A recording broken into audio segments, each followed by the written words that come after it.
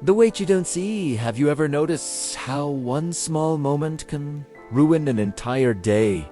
A single comment, a careless look, one rude word, and suddenly your chest feels tight. Your thoughts start racing. Your peace disappears. Nothing big happened, yet inside you, everything feels heavy. This is how it always starts. Not with chaos, not with violence, but with reaction. Most people believe they lose control because of what happens to them, but the truth is far more uncomfortable. They lose control because of how they react. And the ones who never learn this carry that weight for years. This is the story of one of them. His name was Thomas. Thomas lived in a quiet village surrounded by soft green hills and narrow dirt paths. From the outside, his life looked simple. He was strong, capable, respected for his hard work. But inside, something was always burning. Thomas reacted to everything. If someone spoke harshly, he answered harshly. If someone pushed him, epus back. If someone insulted him, he replayed it in his mind for days. People said Thomas was angry. But that wasn't true. Thomas wasn't angry. He was exhausted. Exhausted from carrying emotions he never learned to release. Every time someone hurt him with words or actions, Thomas imagined it as a stone. He didn't do this consciously. It just happened.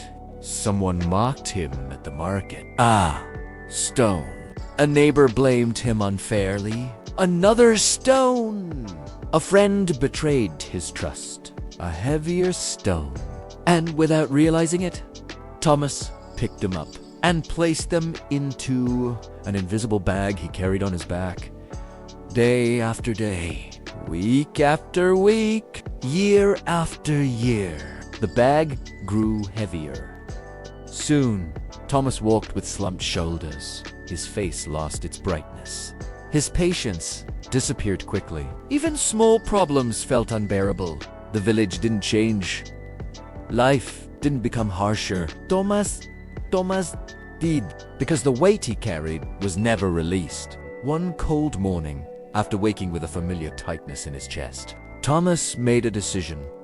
I need air, he said to himself. I need silence. So he left the village and began walking up the mountain path. Behind it, a quiet road, winding between tall grass and scattered stones.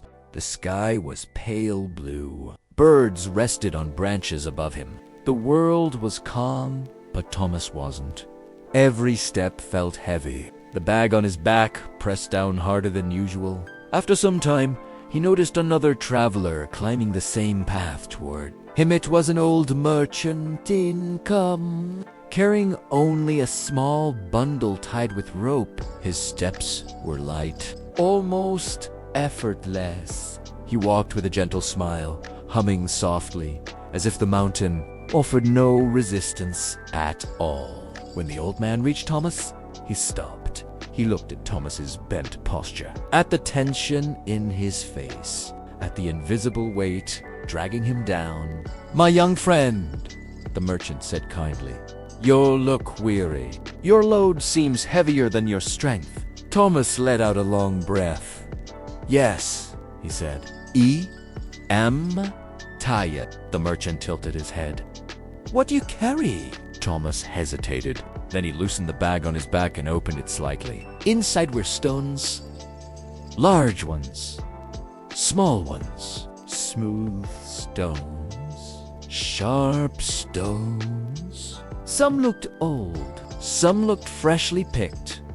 These, Thomas said quietly, are the stones people threw at me. Their words, their disrespect, their lies, their anger.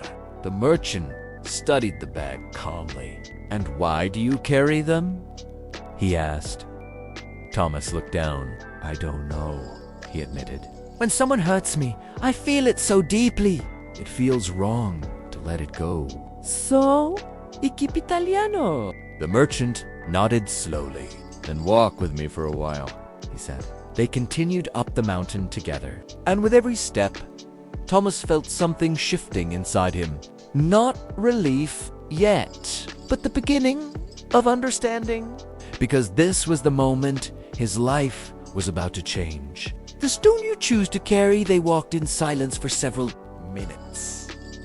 The mountain path curved gently upward. The air was fresh. The only sound was the soft rhythm of their footsteps against the dirt. Then the old merchant stopped. He bent down and picked up 2 small stones from the ground. They were nearly identical in size and shape. Smooth. Ordinary. He held one stone in his left hand and placed the other carefully on the path. "Look closely," the merchant said. Thomas leaned forward. "The stone on the ground," the old man continued, "represents the person who hurt you." He tapped it lightly with his foot. They spoke their words. They acted. And then they walked away. The stone stays here, forgotten. It carries no weight for them. The merchant then placed the second stone into Thomas's open palm. And this stone, "Isa it softly," is your reaction. Thomas felt its weight immediately. Small, but undeniable. "You picked this one up," the merchant said. "Not them." Thomas frowned. "But they caused it." The merchant nodded. "They caused the moment. You created the burden." A quiet wind passed through the grass. "When someone insults you," the merchant continued, "they throw a stone. But whether you bend down to pick it up, that is your choice." Thomas stared at the stone in his hand. For the first time, something painful became clear. The people who hurt him weren't carrying anything. They slept peacefully. "De ilawed, te imoved on." And he carried their words like unpaid debts. "You see," the merchant said, "anger feels powerful in the moment. Holding on feels like strength. But it is the heaviest illusion of all." Thomas swallowed hard. "So what do I do?" he asked quietly. "If I don't react, doesn't that mean I'm weak?" The merchant smiled gently. "No," he said, "it means you are free." He gestured to the bag on Thomas's back. "Your strength has been used to carry stones that were never yours. True strength is choosing not to lift them at all." Thomas's hand trembled slightly. Slowly, he opened his fingers. The stone slipped from his palm and fell to the ground with a soft sound. Something unexpected happened. His chest felt lighter. Just a little, but enough to notice. "How many stones are in your bag?" the merchant asked. Thomas hesitated, then opened it fully. So many. Moments from years ago, words long forgotten by others. Arguments replayed endlessly in his mind. The merchant nodded. "Each one was a moment you could not control," he said. "But carrying them afterward was always your decision." Thomas knelt down. One by one, he began to remove the stones. Some he placed gently on the ground. Some he rolled down the hill. Some he dropped without looking. With every stone released, his breathing slowed. His shoulders lifted. The tension in his jaw soft. The bag grew lighter. The path felt different, brighter. When Thomas finally stood up, the bag hung nearly empty. He looked at the merchant, eyes wet. "I thought holding on protected me," he said. "But it only made the journey harder." The merchant placed a hand on his shoulder. "Most people never realize this," he said. "They believe peace comes from changing others.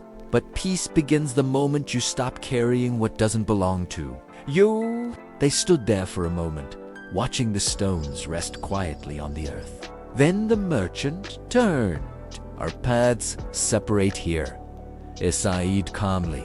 "But remember this, my son." Thomas listened closely. "You cannot stop people from throwing stones, but you can always choose not to pick them up." And with that, the old merchant continued up the path, light, unburdened. humming softly until he disappeared beyond the curve. Thomas stood still for a long moment. Then he turned back toward the village, walking lighter than he had in years. Returning without the stones, the village looked the same when Thomas returned. The same narrow paths, the same wooden fences, the same voices drifting through the air. But something inside him was different. He walked through the entrance of the village with slower steps, not because he was tired, but because he was present. His shoulders were straight. His breathing was calm. There was no heavy bag pulling him backward anymore. The first test came sooner than he expected. Near the Welta men were arguing loudly. One of them, a sharp-tongued trader who had never liked Thomas, spotted him and sneered. "Well, look who's back," the man said. "Did the mountain fix your bad temper?" A familiar heat rose in Thomas's chest. In the past, this was the moment. The explosion! His mouth almost open. Dene felt Italiano. The invisible movement of his hand toward the bag that was no longer there.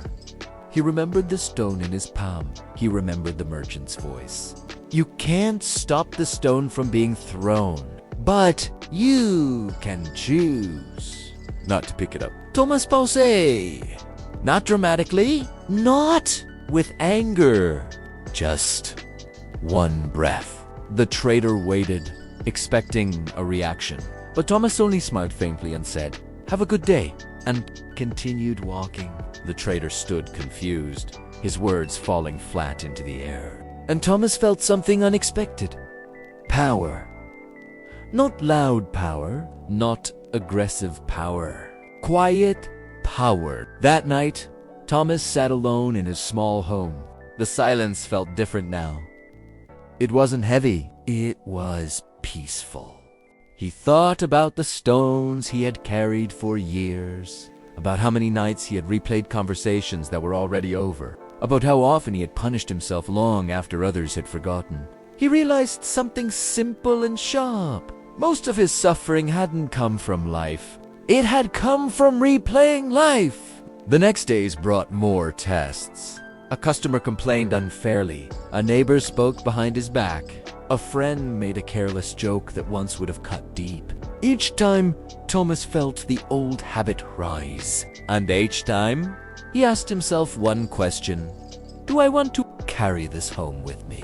Sometimes the answer was still yes. And when that happened, he noticed the weight immediately. But more often, the answer was no. And each time he chose not to pick up the stone, his mind grew quieter. Something else began to change too. People reacted differently to him. Not because he argued better, not because he proved them wrong, but because calm, unsettled chaos. Those who wanted conflict found nothing to hold on to. Those who thrived on reactions felt uncomfortable in silence. One evening, Thomas passed the same well where the trader had milked him days earlier. The man looked tired. His voice was softer. "You've changed," he said cautiously. "You don't bite anymore." Thomas looked at him calmly. "I just stopped carrying things that weren't mine." The trader frowned, confused, but something in him soft. That night, Thomas realized another truth. When you stop reacting, you don't just free yourself. You change the space around you. Weeks passed. Thomas slept better. His body felt lighter.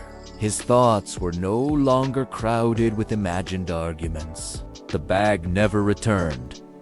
And yet, life did not become perfect. Hard moments still came. Words still hurt sometimes. Emotions still rose. But now there was a space between the moment and the reaction. And inside that space lived freedom. One afternoon, Thomas sat by the edge of the village, watching the sun lower itself toward the hills. He thought of the merchant. He understood now why the man walked so lightly. It wasn't because life had been kind to him. It was because he refused to carry life's unnecessary weight. Thomas placed his hand on his chest. Calm wasn't something the world gave you. It was something you chose, moment by moment. And the strongest people weren't those who never felt anger. They were the ones who didn't let anger decide where they walked. Next, the practice of the calm mind. Thomas kept walking the mountain paths often after that day. Not to escape the village, not to run from people, but to remember. He learned the calm is not something you achieve once and keep forever. Calm is something you practice, like breathing, like walking, like listening. One morning, as the sun rose softly over the hills, Thomas sat on a flat stone near the river. The water moved slowly, touching rocks without fighting them. That's when something became clear to him. The river never argued with the stones. It simply flowed around them. And it always won. From that day on, Thomas created a small daily ritual. Nothing dramatic, nothing complicated. Just 1 minute. Each evening, before sleep, he sat quietly. He closed his eyes. He asked himself one simple question. What stone did I almost pick? Up today. Sometimes it was a sharp word. Sometimes a look. Sometimes a memory that wanted to replay itself again and again. When he found it, he imagined it clearly. Its size, its weight, its suppy. Then he placed his hand on his chest and whispered, I see you, but I don't need to carry you. He took one slow breath in and one slow breath out. And the man imagined placing the stone on the ground, not throwing it angrily, not denying it existed, just leaving it where it belonged, outside his heart. Some nights, the stone was heavy. Some nights, it was small. But every night, the act of releasing made him lighter. Weeks turned into months. And people began to notice something unusual about Thomas. When arguments happened, he listened more than he spoke. When chaos appeared, he remained steady. When emotions ran high, he stayed grounded. They said things like, nothing shakes him anymore. He's calm, even when things go wrong. He feels solid. But Thomas knew the truth. He still felt everything. The difference was simple. He no longer let emotions drive the cart of his life. He held the reins. One afternoon, a young boy from the village came to him, eyes full of confusion and anger. They keep insulting me, the boy said. I can't stop thinking about it. Thomas smiled gently and picked up a small stone from the ground. He placed it in the boy's hand. How long do you want to carry this? Ask it. Ask it. The boy looked confused. Thomas placed another stone on the ground beside them. You don't control what they throw, Thomas said calmly. But you control what you pick up. The boy slowly opened his hand and let the stone fall. And something shifted. Just like it once had for Thomas. My friend, life will always throw stones. Words, looks, situations, moments you didn't ask for. You cannot stop that. But you can decide what walks home with you. Calm is not weakness. Calm is mastery. The calm mind always wins because it doesn't waste energy fighting battles that don't matter. Tonight, try the practice. 1 minute, 1 stone, 1 release. And remember this, you don't need to react to everything that invites you to lose your peace. If this story helped you, take a moment to like, subscribe, and share it with someone who needs calm today. Until the next story, walk lightly, breathe deeply, and choose what you carry.